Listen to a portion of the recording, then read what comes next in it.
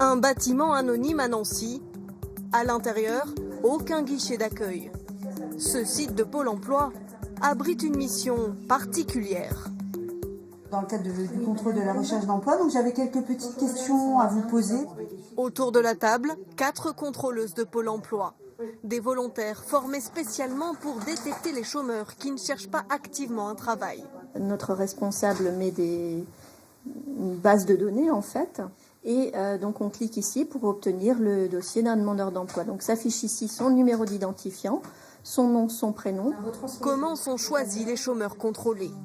42% sont tirés au sort, 49% sont sélectionnés selon des critères très précis. Par exemple, avoir achevé une formation de 6 mois sans résultat.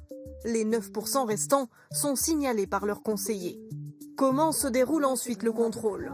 Après examen du dossier, un questionnaire est envoyé aux demandeurs d'emploi avec des justificatifs à fournir comme des mails de candidature.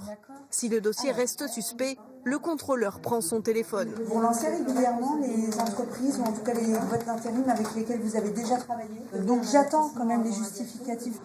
Juste à côté, après 1 mois et demi de procédure, cette contrôleuse n'est toujours pas convaincue par les explications du demandeur d'emploi. Il déclarait des candidatures, mais il ne précisait pas le nom des entreprises où il avait postulé. Dans un entretien, il avait indiqué qu'il n'était pas intéressé par des 15 offres d'emploi. Voilà. 15 offres d'emploi. Elle clôt le dossier avec sa responsable. Je proposerais plutôt l'avertissement pour qu'ils prennent quand même conscience qu'il faut faire davantage de démarches. On est d'accord. Un courrier d'avertissement. Le chômeur a ensuite 15 jours pour fournir de nouveaux justificatifs. Sinon, il sera radié de Pôle emploi pendant 1 mois. Et ses allocations supprimées sur cette durée. Ça peut être une décision lourde de conséquences. Ça demande réflexion et ça demande aussi échange pour ne pas être seul à prendre cette décision-là. Devant cette agence Pôle emploi, les chômeurs, eux, sont partagés sur ces contrôles.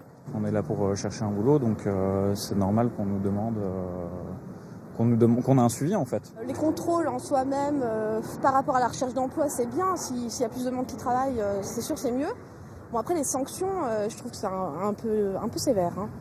Sur les 12 000 contrôles réalisés chaque mois en France, à la fin, seuls 12% des chômeurs sont sanctionnés.